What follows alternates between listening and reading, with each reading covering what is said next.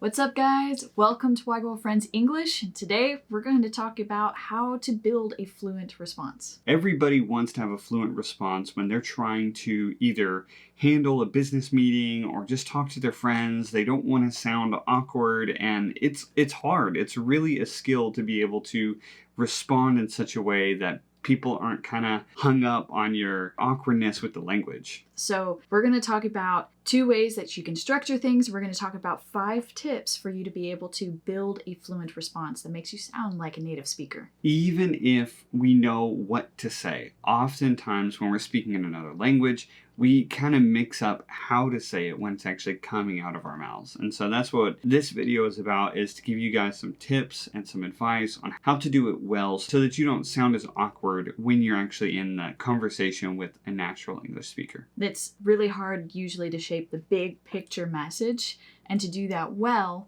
while trying to focus on all the little parts of the language, when really you should focus more on that big picture strategy, and those rest of those pieces will fall into place as you listen more and as you practice more. The first piece of advice is just support the reason why you said something. Very rarely, if a person asks you a question, will they want the answer just yes, no, maybe.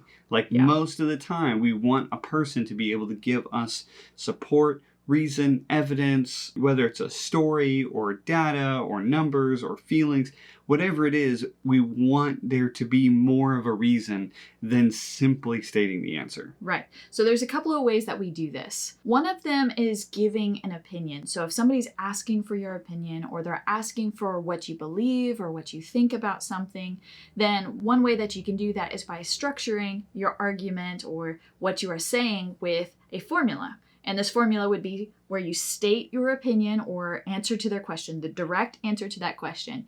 Yes, I think tacos are tasty. Then you need to give 2 or 3 supporting reasons, whether that's from your experience, whether that's from your personal preferences, whether that's from just a past memory, or whether it's actual statistics. If you happen to know statistics on how Americans like to eat tacos, let me know, because that would be interesting. And then you will conclude with a wrap-up part of your discussion where you're kind of bringing it together and applying it to the current situation. Yeah, and that can be something as cheesy as saying and that's why I think tacos are great. But usually we don't do that. Usually it's more like, so yeah, I eat tacos a lot. That would be a far more fluent way to wrap up something with a friend. But if you're going to do a structured argument, like a debate or something like that, you're going to use the same structure, the same pattern, but you're going to be far more formal. The second way you can do this is to compare or contrast kind of 2 different ideas at the same time. So it's not just saying your opinion, but it's kind of just talking about 2 different things, like thing A, thing B, and trying to see what's similar and dissimilar. Right. So if somebody says, which one do you think is the most superior lunch food? Burgers or tacos? Well, I would go, burgers is really good because of this reason, but tacos are really good for that reason. And so you're not necessarily stating opinionated truth claims that you feel, right, but you're just saying this is kind of where it's at right now. Right. And you might say but burgers are a little bit easier to take places because there's not as many toppings falling off, but depends on how you build your burger or whatever. You might have a lot of reasons to eventually end up at your conclusion. And if you ever do a comparison, if you ever use comparison and contrast to explain why you think something or to explain your personal opinion or choice, make sure you wrap it up, because otherwise you're just saying here are the pros, here are the cons, this is what this one's good at, and this one's, it's okay with this, but it's better at this. And then you walk away, that person's going to be like, so I don't know your opinion.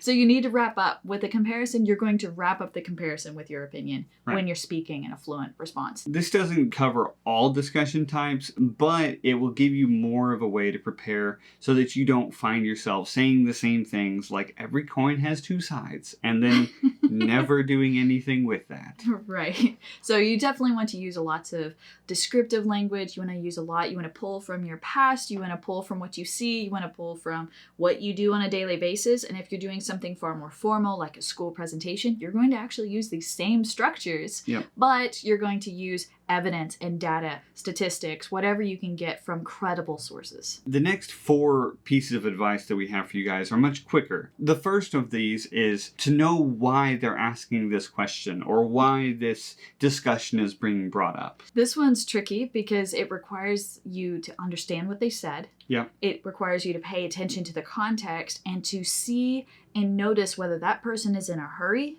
whether they care about your opinion and therefore want more information, or they really just want to get to know you and talk to you for a little bit. Maybe they're waiting in line and there's nothing else to do for 45 minutes. You might as well talk to somebody. Yeah. So maybe they want to hear more information, but in some places they might just run into you on the street, and while they're picking up something, they just say, "Hey, how are you doing today?" And all they want is for you to say, "I'm fine. How are you?" Yeah. Yeah. So depending on the goal of the conversation will depend on what the appropriate thing for you to do in that context is. Yes. Because there are times, like you just said, where a person wants a very, very brief answer, a yes or no kind of answer. But other times, that is not at all what we want. So you need to ask yourself, what is this person expecting of me? And what should I be doing in this situation? Yeah, like, are they in a hurry? Am I in a hurry? And just as a note, if that person is in a hurry and they ask you a question, it's probably just being polite because that's American culture. So if they say, "How are you doing today?" but they're very obviously in a hurry, then you can just say, I'm good. How are you?" And they'll say good, and you'll part ways. Yeah. But if they are asking you and you are in a hurry, it's kind of rude to just say, I'm fine, bye. Okay, it's kind of rude to do that, but you should give like a 1-sentence answer. So you're putting thought into their answer. You're not just saying, "I'm fine," but you're also saying like, "I'm doing pretty well, really enjoying the weather, but I really got to get to work. See you next time," or "Catch you next time." That's appropriate because you took the time to give a response even in your busyness, and that's really important in American culture. Yeah, it's a lot better than, "How are you?" Good. Yeah, you don't want to do that. Which leads into the next point, because the next point is use proper paralanguage. We've done a video on paralanguage before. It's got everything to do with your facial expression, your intonation, the natural pauses that you give in your voice, your stress, where you put the stress and intonation in your words, but also in just your body language and how far you stand from a person. All those things are paralanguage. Basically, everything you do except the words. Yeah. Yeah. Pretty much. But this is 70% of your communication right there is paralanguage. So you can say all the right things in the right structure, but if you don't have the proper body language, you're missing your meaning. It's kind of like a robot, right? Robots now are pretty good at talking. Like, we've done a lot with AI to have robots that speak really well, but there's still a lot that's missing when you watch a video of a robot talking. There's a lot of paralanguage that they're missing out on. Even if you program their face with lots of different expressions, there's still so much about tone and stress and pause that it's just really hard to program. That's a natural part of language. So what you need to know is to be able to use paralanguage naturally. A lot of the times, the mistake people make is to know that paralanguage is important and try to fabricate paralanguage just to happen, and then it just looks even more awkward. Yeah. One of the best ways you can practice paralanguage is when you watch something, especially from natural conversation, not just movies, but from natural conversation. You need to mimic them and how they said it. You need to pause the video, the movie, whatever it is, pause it, and you practice that with the same body language, the same facial expression, the same intonation in the voice, how their voice rises and falls, all of it, put it the same way. That is one of the best ways to practice paralanguage. Continuing on with the paralanguage idea, your 4th tip today has to do with how you pace the way you speak, how you pace your language. Right, because if, again, depending on if a person's expecting a long response or a short response, your pace should reflect that knowledge that you know that this context right now is a context where they need a quick answer. And so because they need a quick answer, you quicken your speech, you speak faster. And so if you do this right, you're basically telling the other person, I know the context right now, because the context means I can go a little bit longer or a little bit shorter. That pace does a lot to communicate. But again, if you slow down a little bit to make sure you're enunciating clearly, then it signals to us that you're really trying to communicate something very clearly.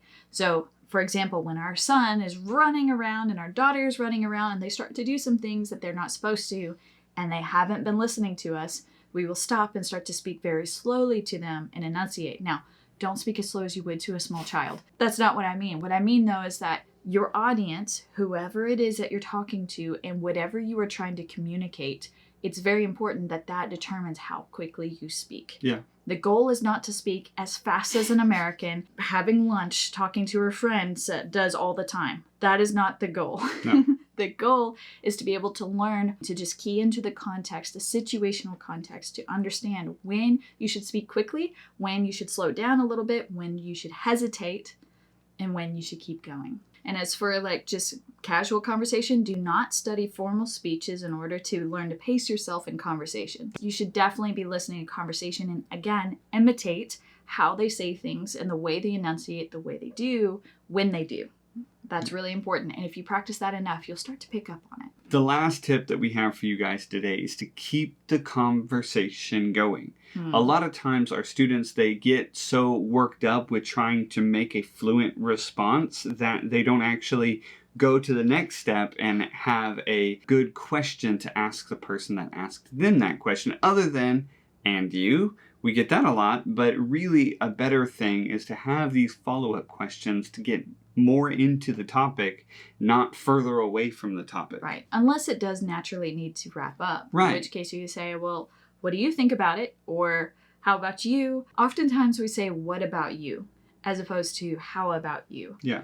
How about you? We do use some, but not as much as what about you? What about you is far more natural. Yeah. Another thing you could say is, do you have anything that would just support that idea, or do you have anything against it? If how you are supporting your opinion has a lot to do with what you've heard recently from the news or what you've experienced before, you can ask that person, well, what have you heard? Have you heard anything against this idea or anything against what I just said? That's a great way to kind of flesh out the opinion and talk about it more between two people. It's inviting the person you're talking to into you, in your opinion, your conversation, and it's much closer. It's a much closer way to communicate. Yeah, so either you try to make it more personal, which is a good thing in many contexts, not all of them, but in many contexts, you kind of pull them in and say, hey, what do you think about this thing? Or you also just try to get more in depth in the topic. So maybe they say something and you say, I don't really understand that. What do you mean by this part of it? Or what about this? What if this happened? Would you agree with that? The idea is you're kind of testing the limits, so to speak, of the conversation. Like saying, I know this is too far. Like if we're talking about tacos and then we start talking about unicorns, that's too much of a break. But we're talking about tacos and I say, well, what do you think about quesadillas? Well, that's in the same genre of food. It's in the same style of food. So it makes a lot of sense to branch into that. And that's what you guys need to pick up on as you're trying to keep the conversation going. Obviously, there are some times where if a person's in a hurry, like we've been saying, they don't want the conversation to keep going. No. But that's where you do the job of knowing what context you're in. All right. Well, that's it for today, guys. There's 5 tips for you and 2 structures for you to use to make sure that you're giving fluent responses. And there's a whole lot of tips and stuff in there. We've linked before to the listening practices that we make, and actually we've got one coming out next. Our next video will be a listening practice video where we are just going to be conversing, and it will give you more of a chance to listen to how we deepen a conversation, how we give responses about personal opinions or about comparison and contrast. Definitely hang around and watch those. Fact is, practice makes better. So the more you practice having a fluent response, the more likely you will be to have a fluent response. Most of the people that we've met that are the most fluent people in that language, maybe their pronunciation is not flawless. They have pronunciation problems, but they can speak fluently. And the reason is because they've actually they've created opportunities for them to regularly use English or a language in context so that they know how to operate in that context. And so what we want you guys to do this week is to look out and figure out where are some opportunities around you to create these kind of opportunities for you to practice fluent responses. Not just make those fluent responses, but what create some opportunities for you to have those fluent responses. So if that's talking to coworkers by the office cooler when you would normally just stay in your desk, look around. There are opportunities for you guys guys to practice. Look for them, find them, utilize them. All right. Well, that's it for today, guys. We'll catch you on the next one. Bye.